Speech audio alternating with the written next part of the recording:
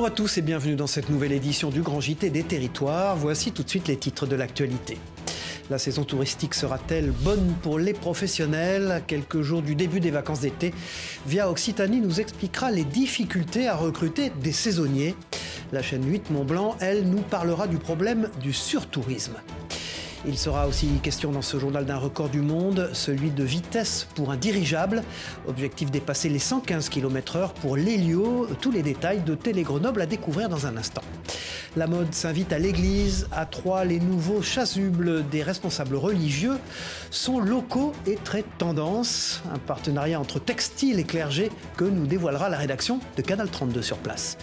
Et puis en fin de journal, nous reviendrons sur une autre tendance sociétale, celle-ci, le tatouage. Une convention se tenait il y a quelques jours à Épinal, un rendez-vous ancré dans la peau sur lequel reviendra avec de belles images Vosges Télévisions. Voilà, mais avant de développer les titres de ce journal, permettez-moi de vous communiquer cette très bonne nouvelle pour nous concernant le Grand JT des Territoires. Selon une étude réalisée sur un panel de téléspectateurs par le groupe de presse Rossel, ce journal est le 5e programme en termes de notoriété et d'appréciation. Une fierté, bien sûr, pour toute l'équipe du Grand JT des Territoires et l'occasion pour nous de remercier l'ensemble de nos partenaires des télévisions locales de France et de la presse quotidienne régionale. Sans eux, évidemment, rien de tout cela ne serait possible. Enfin, comme vous le voyez avec cette une de Télémagazine cette semaine, notez que le Grand JT des Territoires sera à suivre tout l'été sur vos antennes. Nous vous accompagnerons pendant vos vacances pour vous raconter la vie et l'actualité de nos régions. Le sourire, ils l'auront sûrement sur leur visage avec le début de la haute saison. Bars, restaurants, hôtels, les professionnels attendent avec impatience l'arrivée des touristes. Ils sont aussi nombreux à s'inquiéter du manque de personnel pour répondre à la demande. Alors pour attirer les saisonniers, toutes les astuces sont déployées. Parmi elles, la carte logement est devenue absolument essentielle. En effet, les employeurs n'hésitent plus à proposer un toit pour convaincre les candidats. La preuve à la Grande Motte avec ce sujet d'Antoine Guillet pour Via Occitanie. Proposer un logement en plus d'un travail, c'est le nouveau nerf de la guerre pour attirer les saisonniers. Pour cette agence immobilière de la Grande Motte, c'est même un marché prometteur. De plus en plus de restaurants cherchent à acheter ou à louer des biens pour les proposer à leurs futurs employés. Le bail est souscrit en fait par les restaurateurs ou par les entreprises, donc ce qui fait que ça rassure les propriétaires des logements. On sait que nous on a une garantie derrière et ensuite c'est les restaurateurs ou les exploitants qui refacturent directement à leurs employés. Là encore à midi, je discutais avec un restaurateur. Malgré qu'il ait cette possibilité de louer le logement par nos services, il n'a pas trouvé de cuisinier pour autant. Les logements doivent être équipés et surtout pas cher. Pour cet appartement, comptez 650 € toutes charges comprises à se partager à 2 personnes. Ne plus proposer d'hébergement en plus du poste, c'est aussi prendre le risque de se faire chipper ses saisonniers. C'est vrai que c'est un plus quand on nous propose un logement. Ouais. Je sais que la première saison que j'ai fait ici, on avait quelqu'un qui était au bar et qui n'était pas logé, qui cherchait absolument un logement. Et vu que le resto venait d'ouvrir, qu'on ne proposait pas encore ce genre de choses, lui il a bifurqué sur un autre restaurant qui lui par contre proposait quelque chose de logé. L'enjeu est devenu une urgence. Au Gros du Roi, sous l'impulsion des pouvoirs publics, le camping de l'Espiguette devrait accueillir dans les prochaines années un espace réservé aux saisonniers travaillant sur la station balnéaire. Voilà, et si certains regrettent le manque de saisonniers, d'autres s'inquiètent du surtourisme. C'est le cas notamment à Annecy, où en plein cœur de l'été, 40% des logements sont loués à des touristes. Un afflux bon pour l'économie, mais accompagné par son lot de nuisances et de problèmes que tente de réguler la municipalité. Les explications de Luc Arouk pour 8 Mont-Blanc. Annecy, ses canaux, ses maisons colorées et ses meublés de tourisme. Ici, plus de 3000 logements secondaires sont loués à des fins touristiques. Leur nombre a même triplé ces 5 dernières années. De quoi exaspérer les habitants de la ville, impuissants face à ce phénomène. Aujourd'hui, la ville d'Annecy a d'ailleurs mené une opération coup de poing. Les policiers municipaux ont retiré les boîtiers à clés installés de manière illégale sur le mobilier urbain. Cette action symbolise aussi l'engagement pris quelques mois plus tôt par les élus de l'agglomération. Pour baisser le nombre de logements saisonniers, ils ont décidé d'instaurer des quotas. Les propriétaires ne pourront bientôt louer qu'un seul de leurs logements à des fins touristiques. En fait, sur toute l'agglomération, les meublés de tourisme représentent plus de 70%, situés à Annecy. Et parmi ces meublés d'Annecy, plus de 60% sont dans la vieille ville. Et c'est au regard de l'intensité de ce phénomène, de la déperdition de la vie de quartier, du voisinage et de toutes les nuisances relatives à ça qu'on s'est mobilisé face à la pression des habitants, des riverains, des hôteliers, des entreprises, pour essayer de trouver un règlement que d'aucuns qualifient de strict et que moi je veux croire ajusté au contexte dans lequel on est. Face à cette future réglementation, un recours a été déposé au tribunal administratif par un collectif de propriétaires annéciens. Cette décision étant, selon eux, trop contraignante à leur égard. Lui connaît bien les touristes en qualité de Niçois. Éric Ciotti était l'invité ce jeudi matin de l'émission Face au territoire sur TV5 Monde. Le président du parti Les Républicains s'est notamment exprimé sur les exigences de son parti à propos du futur projet de loi sur l'immigration. Regardez cet extrait.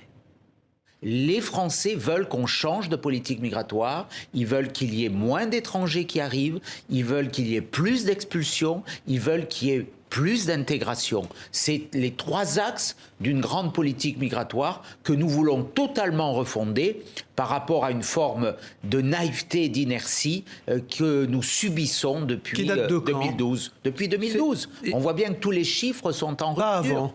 Non, il y a eu Nicolas Sarkozy, Jacques Chirac, tout ça, si ils n'ont aucune responsabilité dans ce qui se passe aujourd'hui. Si vous comparez les chiffres avec le quinquennat de Nicolas Sarkozy, je ne dis pas que tout était parfait, mais en tout cas, en matière de délivrance de nationalité, en matière d'expulsion, en matière de demandeurs d'asile, les demandeurs d'asile du temps de Nicolas Sarkozy, on était à 50 000, on est à plus de 150 000 l'année dernière. Sur les titres de séjour, 327 000 titres de séjour en 2022. On était 50% de moins du temps de Nicolas Sarkozy. On aurait sans doute dû faire beaucoup plus fort, mais regardons les chiffres, comparons, ils sont incontestables.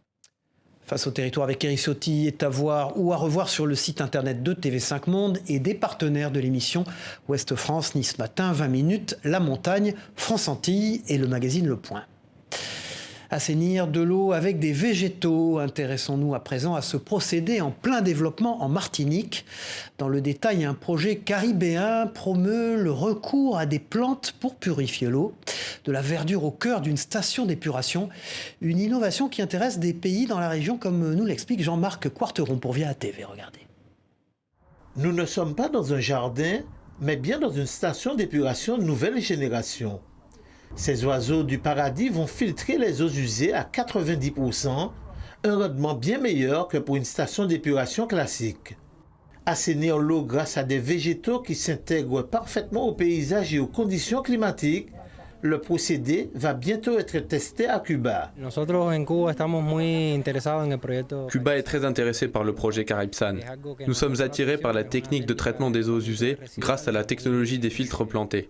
Un procédé économique qui correspond parfaitement à l'environnement de Cuba. On évalue la faisabilité pour développer ce procédé dans tout le pays puisque le climat est sensiblement le même. Cette station située au quartier Mopéou à Rivière-Salée a été mise en service en janvier dernier. D'un coût de 800 000 €, elle traite les effluents de cette zone d'activité en cours d'aménagement. C'est plus rapide, c'est plus économique, c'est plus aussi sur le plan environnemental par rapport à ce qui les essais et de ce que nous avons sur le diamant permettent effectivement de dire que c'est un bon investissement. Plus économique, plus écologique, le procédé de végétaux plantés semble ne faire que des adeptes. La Guadeloupe, la Dominique et Sainte-Lucie ont rejoint le projet de ces stations d'épuration innovantes.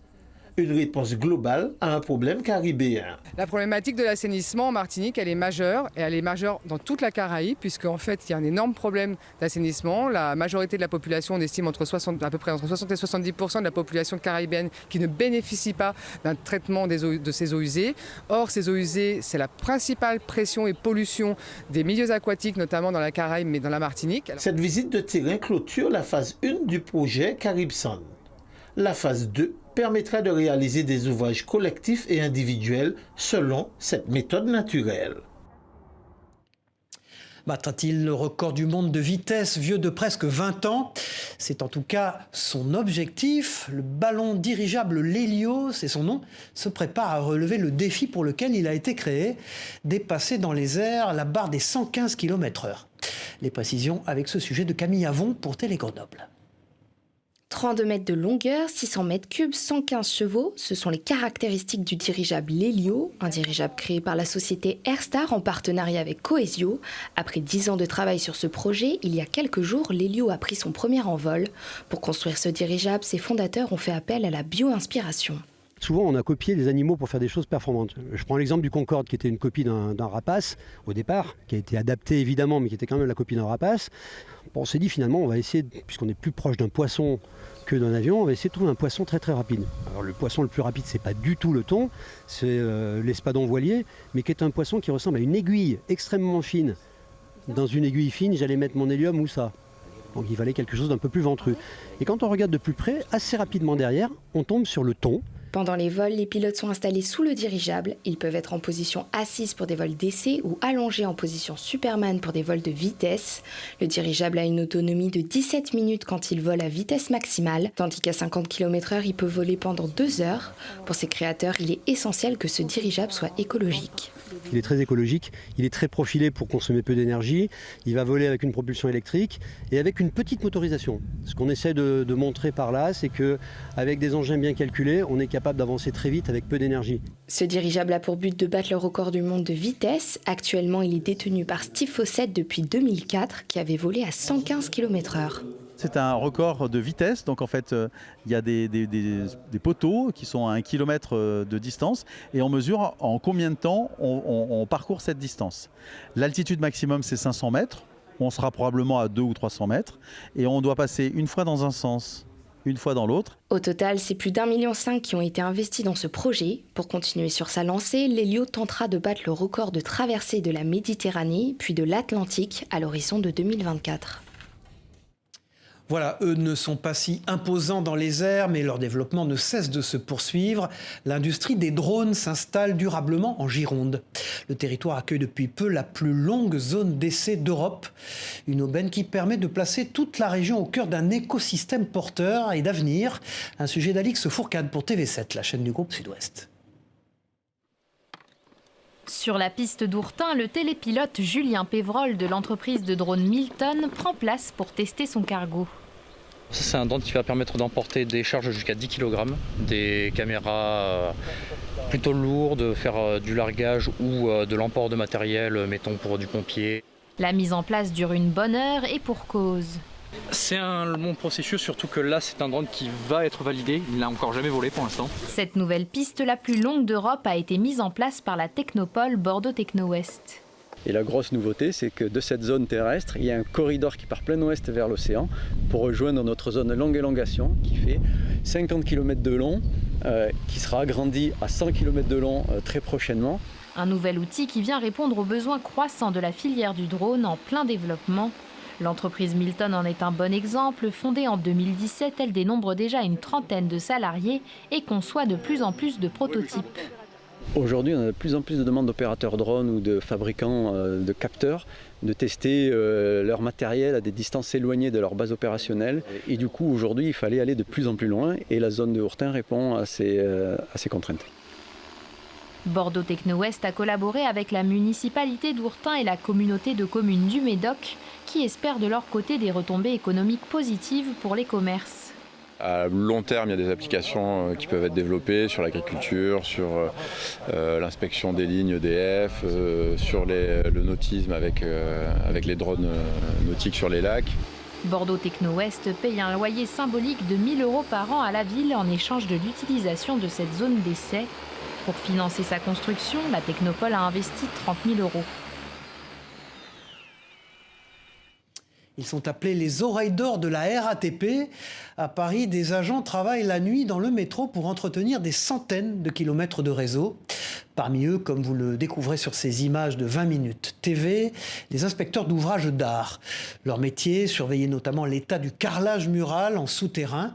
Une tâche qui requiert des compétences spécifiques. Explication recueillie par Thomas Barito de 20 minutes TV.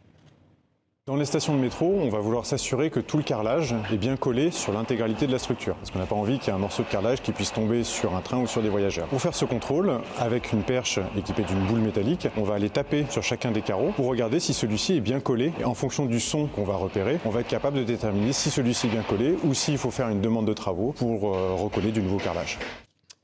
Sans transition, que diriez-vous de jouer au golf pour tenter de trouver du boulot? L'idée plutôt originale, vous l'avouerez, était testée il y a quelques jours du côté de Lille. Objectif, faciliter la rencontre entre employeurs et candidats grâce à un cadre détendu. Un recrutement d'un autre genre suivi par Louise Brandy pour WEO TV, la chaîne de La Voix du Nord et du Courrier Picard. Bah t'as vu? Joli. Faire du golf, c'est une première pour Chloé. Et même si elle débute, elle aime frapper dans la balle.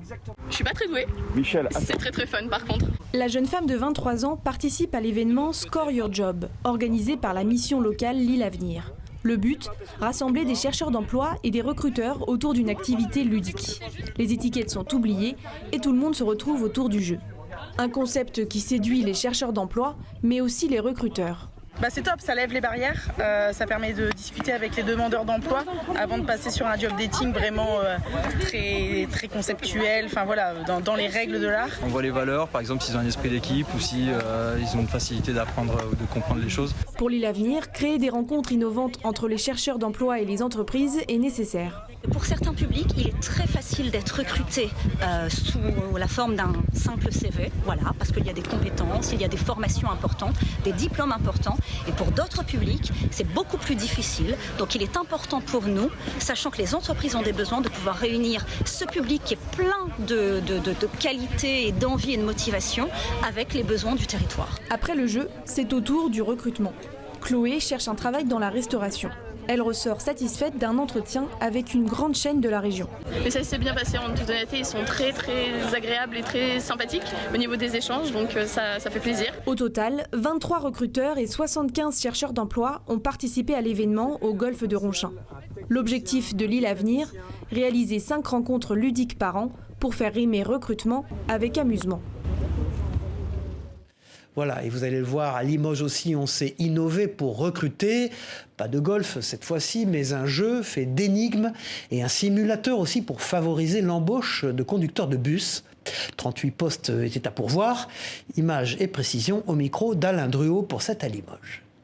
38 conducteurs, il faut avoir à l'esprit que c'est 13% de l'effectif de l'entreprise. Il n'y a pas beaucoup d'entreprises actuellement qui progressent de 13% son effectif. Et donc, nous avons besoin de lancer des recrutements plus importants.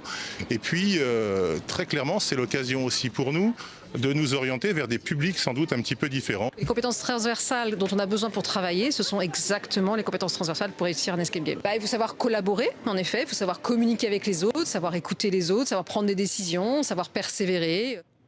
Quand la mode s'invite à l'église, dans l'Aube, le clergé et une société de textile locale se sont associés pour confectionner des vêtements liturgiques, des chasubles précisément. Un projet porté par une créatrice et inspiré par la lumière émanant des vitraux de la cathédrale de Troyes.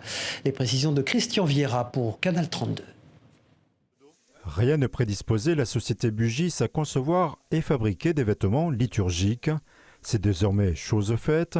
Les personnels religieux comme l'évêque, le diacre et le recteur de la cathédrale de Troyes ont désormais à leur disposition des chasubles confectionnés dans l'Aube. Dans un registre de création contemporaine unique, une aventure humaine et spirituelle troyenne. On est passé de l'idée de photographier un vitrail et de le reproduire à le travail de Noémie qui est une vraie création d'artiste peintre. La deuxième raison, nous avons souhaité en effet que cette création soit aussi honorer l'industrie locale et on a bien découvert qu'elle existe encore. Les chasubles sont habituellement disponibles sur catalogue.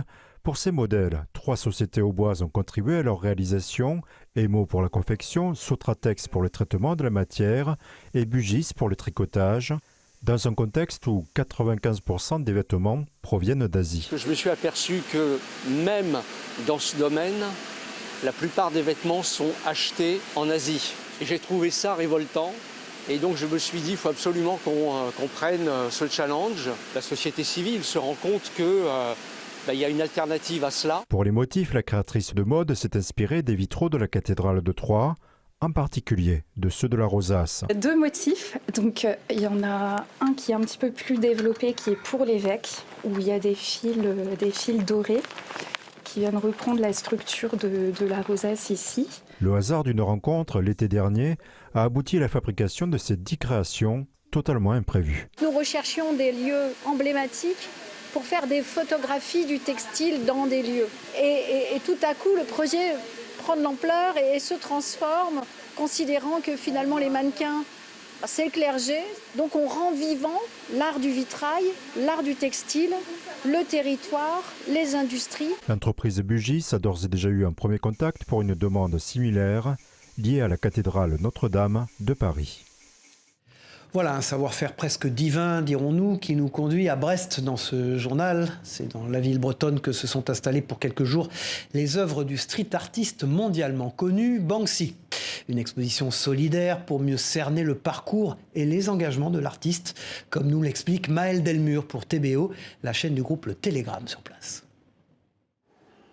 Le street artiste Banksy débarque dans les ateliers des Capucins à Brest avec plus de 280 œuvres rassemblées par la Banksy Modeste Collection, une exposition gratuite à vocation caritative. L'objectif, c'est d'utiliser l'exposition et la richesse des créations de Banksy pour valoriser tous ceux qui se battent sur les idéaux de Banksy. Depuis le début, on est à la 6e expo là.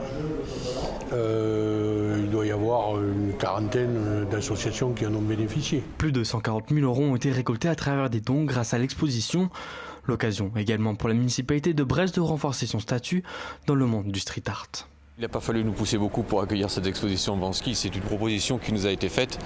On a immédiatement répondu oui, d'abord parce que Banksy c'est un monstre aujourd'hui de la scène street art.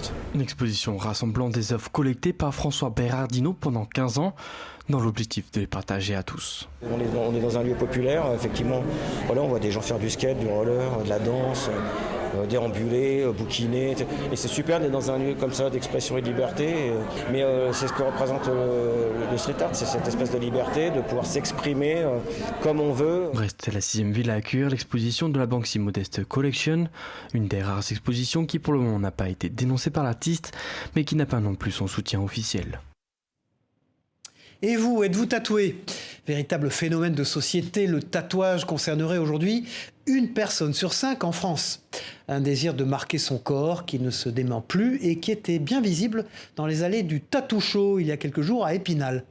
200 professionnels conviés et 5000 visiteurs présents pour un rendez-vous bien ancré dans la peau. Marie-Danielle Rogovitz et Denis Lequien pour Vosges Télévisions.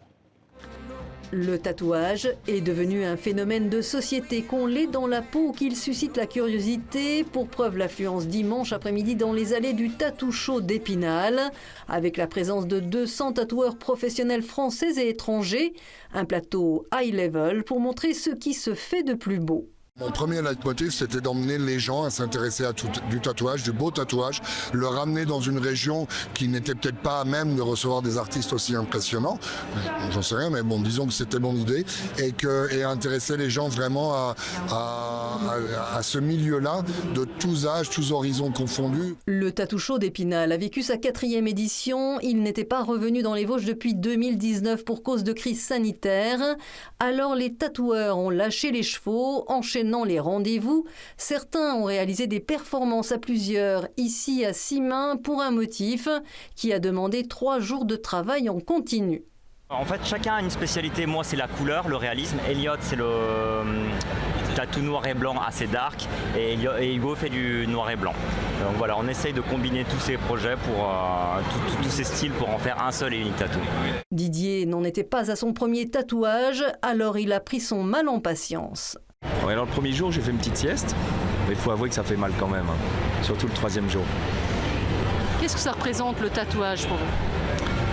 C'est tout un symbole, c'est déjà des choses qui sont ancrées en moi, des souvenirs, des difficultés, une expérience qu'on se colle sur la peau finalement. Le tatouage puise ses racines en Océanie, alors les motifs polynésiens ont la cote. La famille, voilà.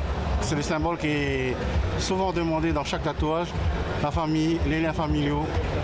et la protection. Voilà. Parce que le tatouage est immortel et que c'est également gravé, le Tattoo Show d'Épinal Forever reviendra l'année prochaine. Allez, on ferme ce journal avec ces très belles images de la 8e édition de l'Armada de Rouen.